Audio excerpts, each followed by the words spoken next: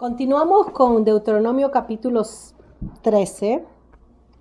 Deuteronomio capítulo 13. Seguimos con el tema acerca de pruebas de un profeta.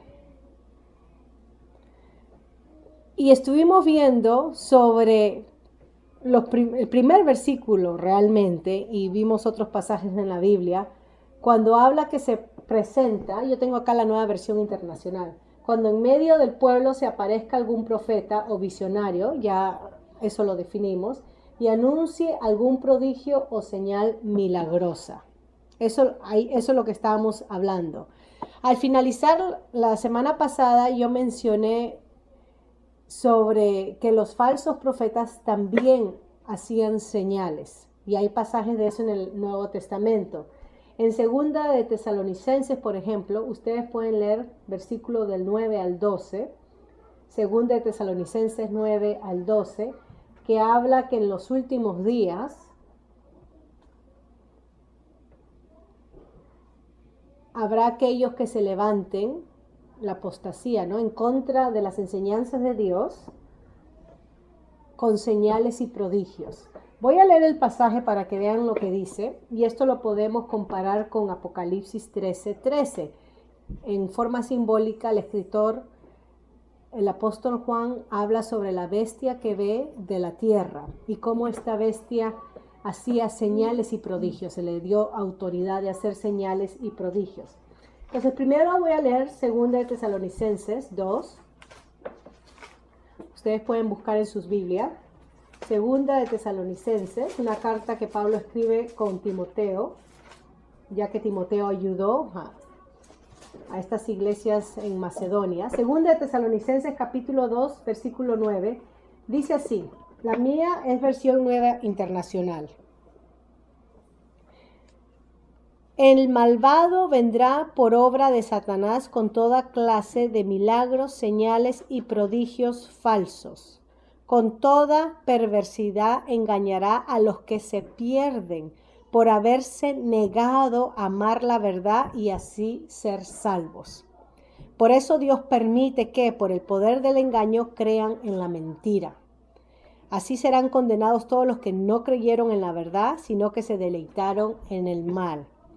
Acá vemos, ustedes pueden leer el contexto, pero acá los incrédulos, los que rechazan la verdad de Dios, los que se oponen a la verdad de Dios son los que son arrastrados a creer mentira, y Dios permite esto porque ellos empezaron a rechazar la verdad, fueron hostiles contra la verdad. Cuando no aceptamos la verdad de Dios y la rechazamos, el otro camino es el camino de mentira. Creer en mentiras, en vanidades, en decepciones. Y acá regresando, este es un pasaje, el Nuevo Testamento está lleno de esto. Yo mencioné también Mateo 24:11, cuando nuestro Señor Jesucristo habla o da el sermón en el monte del Olivet, la semana pasada. Mencioné un pasaje también que quería corregirme porque dije que era Isaías 29, pero no era Isaías 29, era Jeremías 29. Después vamos a ir a ese pasaje Jeremías 29 para que lo corrijan, por favor. Yo mencioné Isaías, pero es Jeremías. Ok, entonces la señal, acá que se habla en Deuteronomio 1 y 2, la Biblia cuando habla de señal habla de algo que se ha predicho y luego se cumple. Algo que se predice y luego se cumple. Y es usado este término en Deuteronomio en diferentes maneras. Por ejemplo, se señala, acá en Deuteronomio capítulo 4:34, se hace mención de los milagros o las plagas que Dios hizo a través de Moisés en Egipto. Eso hemos estudiado, para obligar a Faraón a que dejara que su pueblo fuera a adorarlo al desierto. Eso está en Deuteronomio 4:34, 6:22, capítulo 7, y a través de todo el libro de Deuteronomio siempre se hace mención. ¿Okay? Tenemos también textos en la Biblia donde se menciona que estos falsos profetas, para alejar a Dios de Israel, alejarlo de la exclusiva adoración al verdadero Dios de Israel, harán milagros y prodigios. El tema acá de Deuteronomio 13 es que se levantarán falsos profetas para incitar al pueblo a la idolatría. Porque después vamos a ver si se levanta entre los familiares, sea esposo, hermano, quien sea, e incita a la idolatría, y después cuando se levanta una comunidad incita a la idolatría. Cuando hablamos de prodigios que hacen estos falsos profetas o maestros, se refiere a cualquier obra milagrosa hecha en presencia de testigos. Y ya hemos visto que no porque una persona hace prodigios o señal, necesariamente significa que viene de Dios.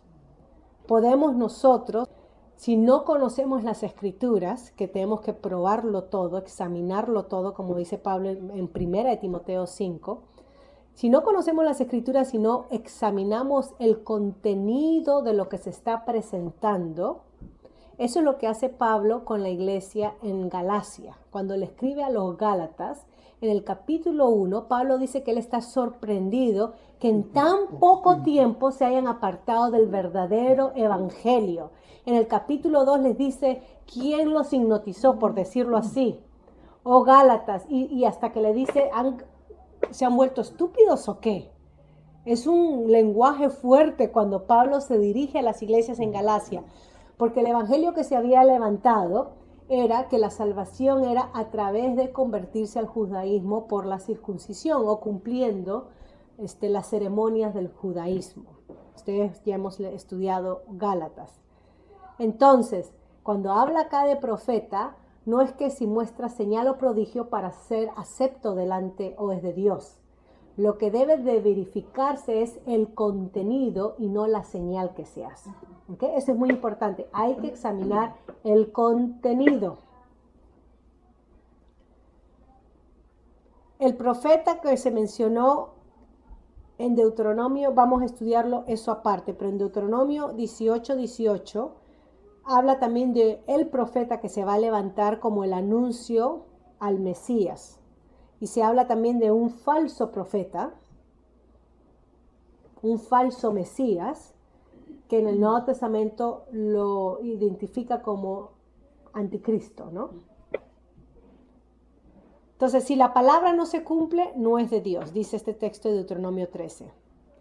Ahora, ¿qué es lo que incita a este profeta? Miren el contenido, vamos en pos a servir. Y acá es donde se está invitando a la gente a que vaya a servir, a adorar a dioses ajenos. Y esta es la advertencia que se repite en Deuteronomio, como en Jeremías, que Dios le dice a su pueblo, no adoren a otro que no sea Él. Entonces el asunto no es la capacidad de realizar señales de poder, sino la adoración exclusiva a Dios y el contenido que trae el mensaje.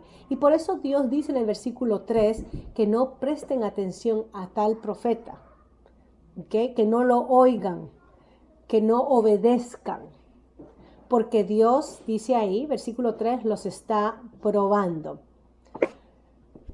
Cuando Dios prueba a sus hijos, el propósito del probar es poder sacar las inmundicias de nuestra vida y producir oro. Cuando Dios prueba a los suyos, el propósito es de edificarnos, hacernos hermosos, hacernos madurar. Es lo que dice Santiago capítulo 1, que tengamos por sumo gozo, hermanos, cuando os halléis en diversas pruebas, porque la prueba en su debido tiempo da luz. El carácter cristiano, la resistencia, la fe, la paciencia.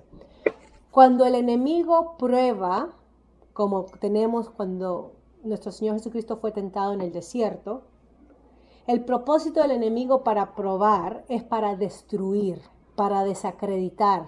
Nosotros diríamos en Perú, para ponerte cabe y te caigas y te saques un chinchón en la cabeza. El propósito del enemigo cuando nos prueba es para desacreditarnos, para decir, y tú te llamas hijo de Dios y mira cómo te ensuciaste. Tenemos que diferenciar esto.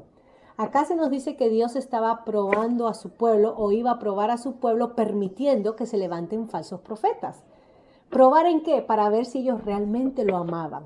para ver si realmente tenían la adoración exclusiva a Él.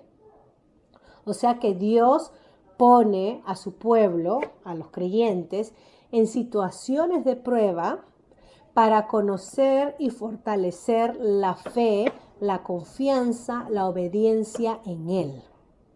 Eso es lo que vemos en el caso de Abraham en Génesis 22, cuando Dios le dice que vaya al monte Moría con su hijo Isaac y lo ofrezca en sacrificio.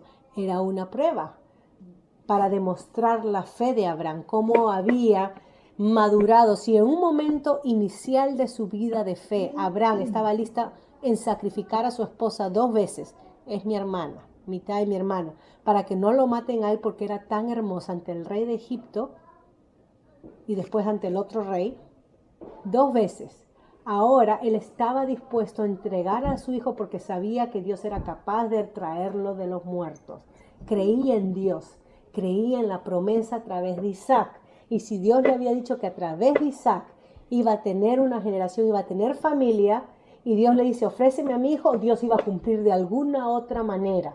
Su fe se había fortalecido y esa prueba de Génesis 22, en los primeros 12 versículos se habla, era para mostrar a nosotros, que está escrito en las Escrituras, la confianza pulida de Abraham ante su Dios, la obediencia fortalecida de Abraham ante su Dios.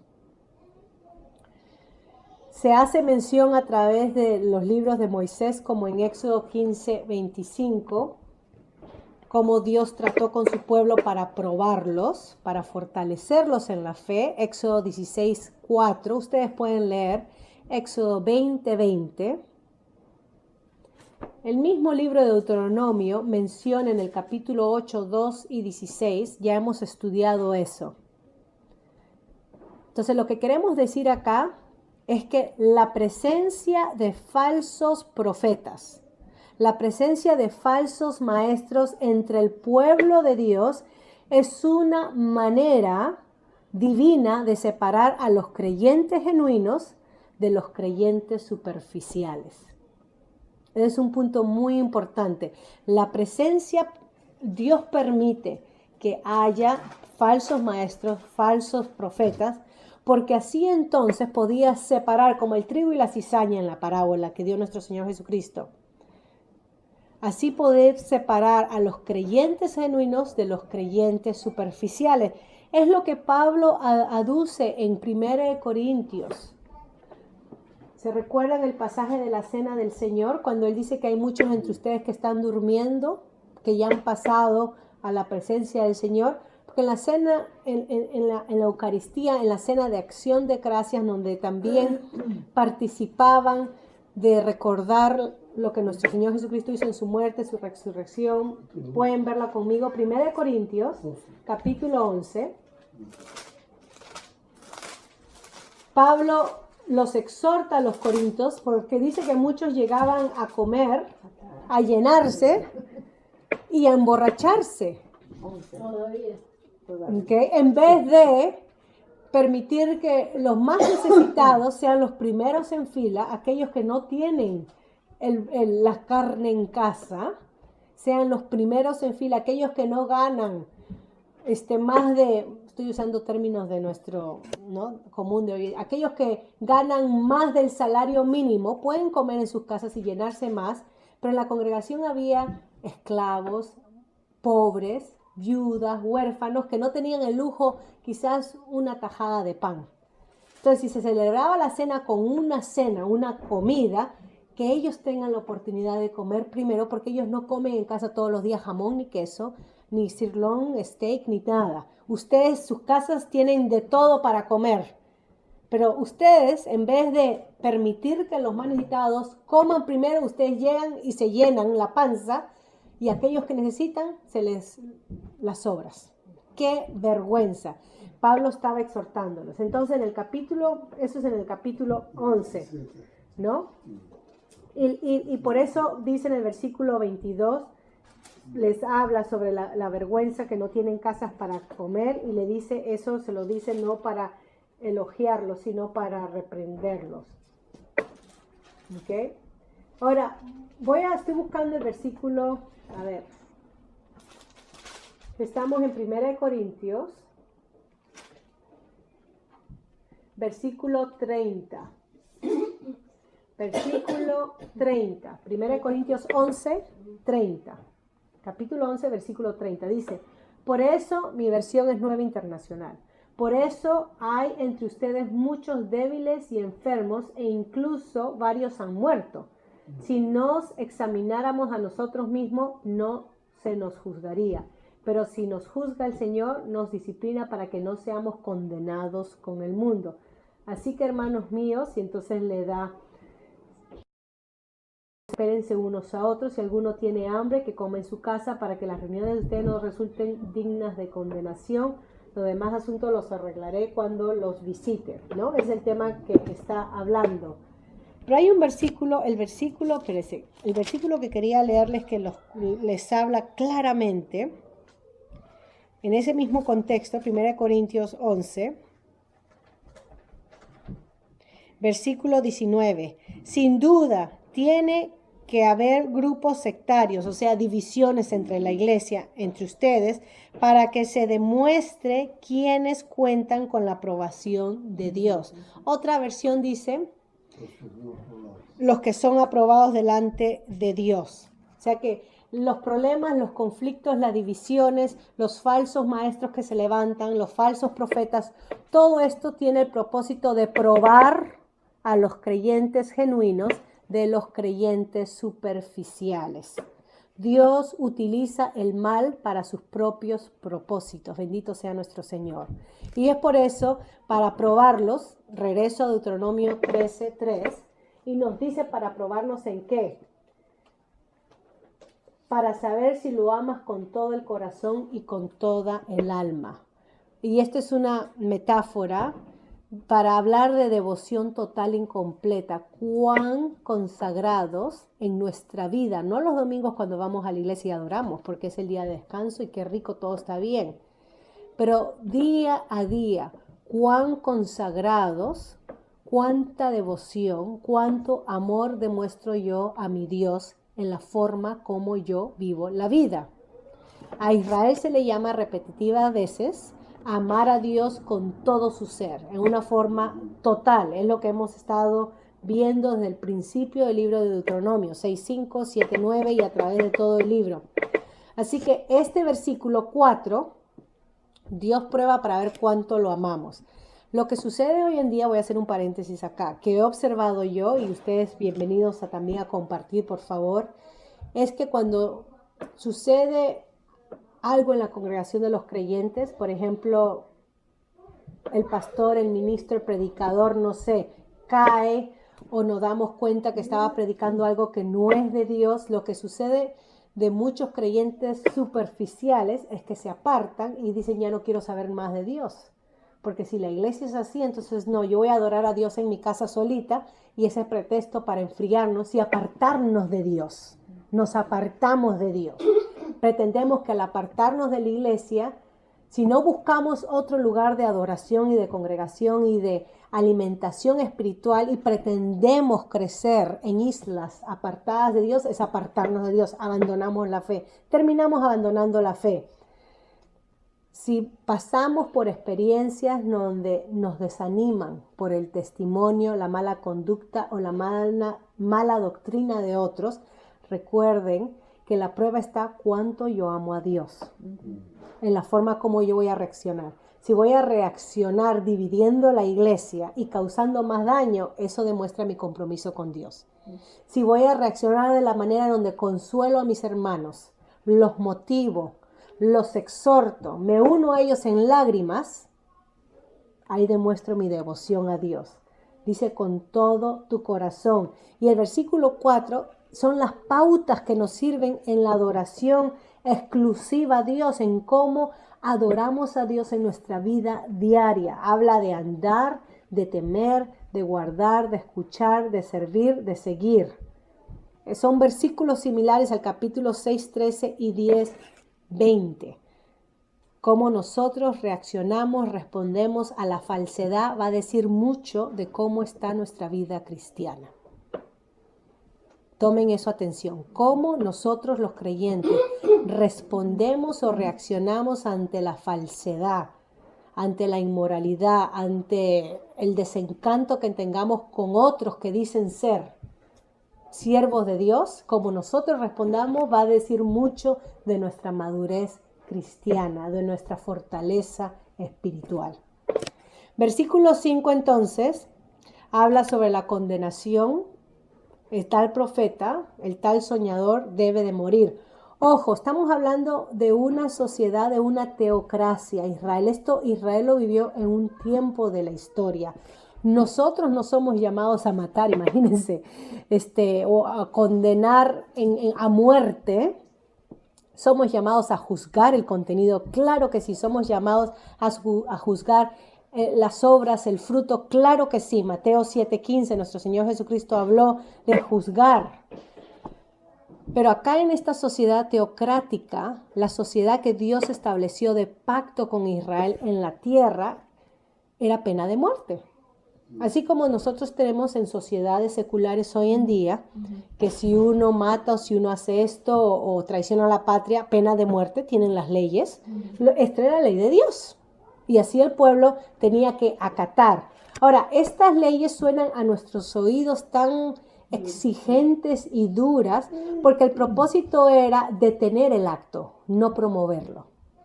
Si yo que sé que el límite es de 100 kilómetros por hora manejar en la carretera y si dice, si me excedo por 5 kilómetros me van a quitar la licencia y una multa de $10,000, uno dice, pero eso es tan grave. Pero la idea es que lo hacen tan grave para que yo no me exceda los 105 kilómetros por hora. Es para detener mi acto.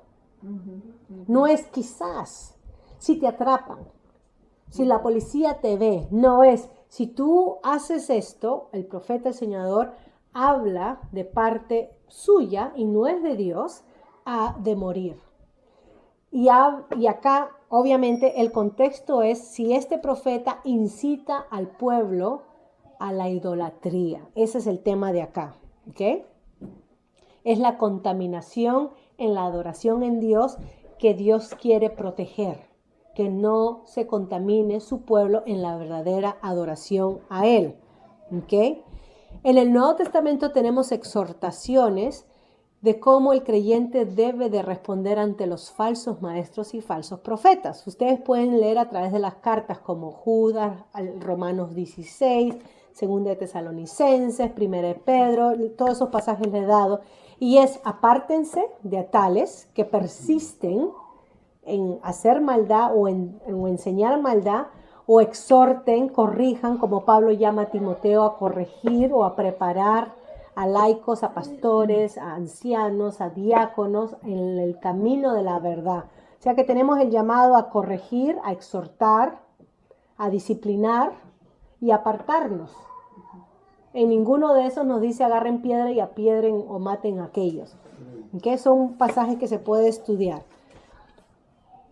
Ya voy a llegar. Entonces, la adoración pura es acá lo que se está protegiendo, ¿ok?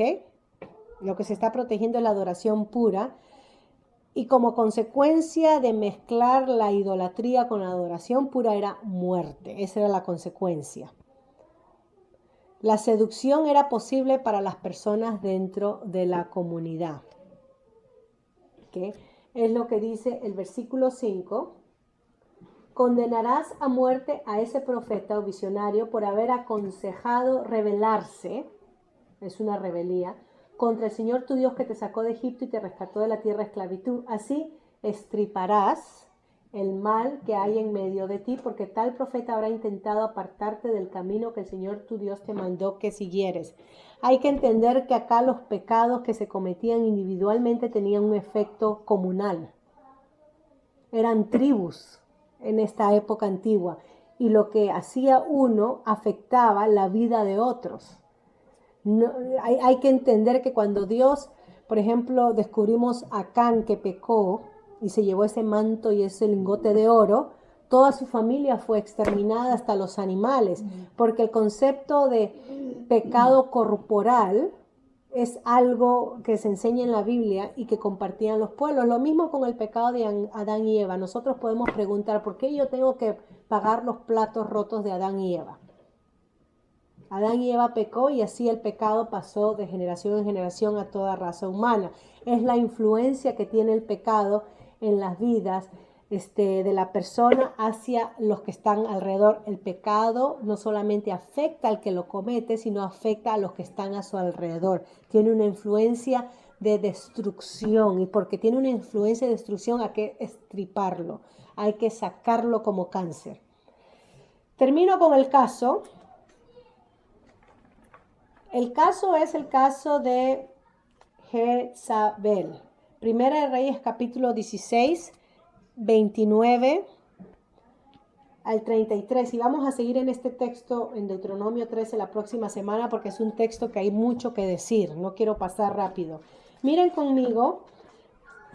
Primera de Reyes 16, del 29 al 33.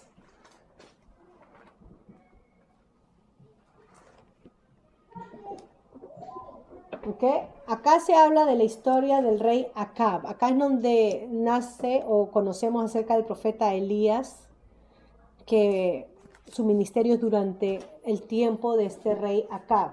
Dice así versículo 29, prestemos atención. Mi versión es Nueva Internacional. En el año 38 de Asa, rey de Judá, Acab, hijo de Omri, ascendió al trono y reinó sobre Israel en Samaria 22 años. Acab, hijo de Omri, hizo lo que ofende al Señor, lo malo, más que todos los reyes que lo precedieron. Como si hubiera sido poco el cometer los mismos pecados de Jeroboam, hijo de Nabat, también se casó con Jezabel, hija de Etbael, rey de los Sidonios. Y ahí en el nombre de su mujer está el nombre de Baal. Y se dedicó a servir a Baal y a adorarlo. Le erigió un altar en el templo que le había construido en Samaria y también fabricó una imagen de la diosa Acera. En fin, hizo más para provocar la ira del Señor Dios de Israel que todos los reyes de Israel que lo precedieron. Y ustedes pueden leer la historia en el capítulo 17, 18, por favor, 19. Lean la historia de este rey. Porque vemos que la esposa de Acab lo incita y es una devota apasionada que establece el culto ordenado a Baal. Ella dice que trajo 400 profetas de su ciudad de Sidón, del norte, a Samaria para que ofrezcan culto a Baal. O sea que ella hizo legal el baalismo en Israel. Si antes estaban adorando a Baal en oculto, ella lo hizo público, lo legalizó y ahora es normal y todo el mundo venga a adorar a Baal. Y el rey Acab, en vez de corregir eso y decir no, por eso los reyes antiguos han caído, han perecido, porque Dios, levantándoles profetas, ha condenado tal práctica, la idolatría. No debemos, si no te permito, y si tú no te conviertes a Dios, entonces tú también te vas. En vez de él establecer la adoración pura, él cae y es incitado a adorar a Baal. En la misericordia de Dios, Dios ha podido mandar un rayo y volarlo a los dos. Destruirlo a los dos, así como hizo con Sodoma y Gomorra. En la misericordia de Dios, Dios trata con estas dos personas que no merecían ni una onza de misericordia y gracia. Dios levanta a Elías y Elías comienza a ministrar a Acab. Y medio que Acab cede, pero regresa al paganismo. Lean ustedes la historia hermosa. Pero este es un caso donde un rey, como Salomón y los que precedieron, es incitado a adorar a los dioses paganos. Y acá Dios les está diciendo, si alguien entre ustedes se levanta y los invita a adorar a dioses paganos, elimínenlos. Lo que hace el rey es que le da la bienvenida y se casó. Se casó, ¿no? Con aquella mujer que legalizó el culto al Baal y lo puso en todo su esplendor en Israel. Hay que tener cuidado nosotros los creyentes hablando. Por favor, sigan leyendo el segundo caso cuando alguien de la familia que es también, podemos sacarlo de acá, ¿no? Jezabel. Si el hermano, tu hija, tu mujer o tu amigo íntimo te incita, nuevamente debe de morir apedreado, dice versículos 6 y 8. Somos responsables individualmente en cómo adoramos a Dios. Claro que sí. Vamos a dar cuenta a Dios. No podemos echarnos la culpa como Adán a Eva y Eva a Adán. Es que tú me diste, es que tú me pusiste un marido, es que tú me diste un hijo. ¿Qué voy a hacer yo, Señor? Acá Dios nos está diciendo que Él debe ser principal y primordial en nuestras vidas. Dios debe de ocupar el lugar que ningún otro ser humano debe de ocupar. Nuestra lealtad, nuestra consagración, nuestra vida le pertenece a Dios en su totalidad. De tal manera que si mi propio hijo, mi propio esposo me hace o me incita a adorar a otros dioses, yo debo decir no, porque mi consagración debe ser primero con Dios. Voy a parar ahí. Sigan leyendo Deuteronomio 13 para poder entonces empezar nuestro tiempo y comenten por favor o lo que tengan algunas preguntas para poder seguir conversando.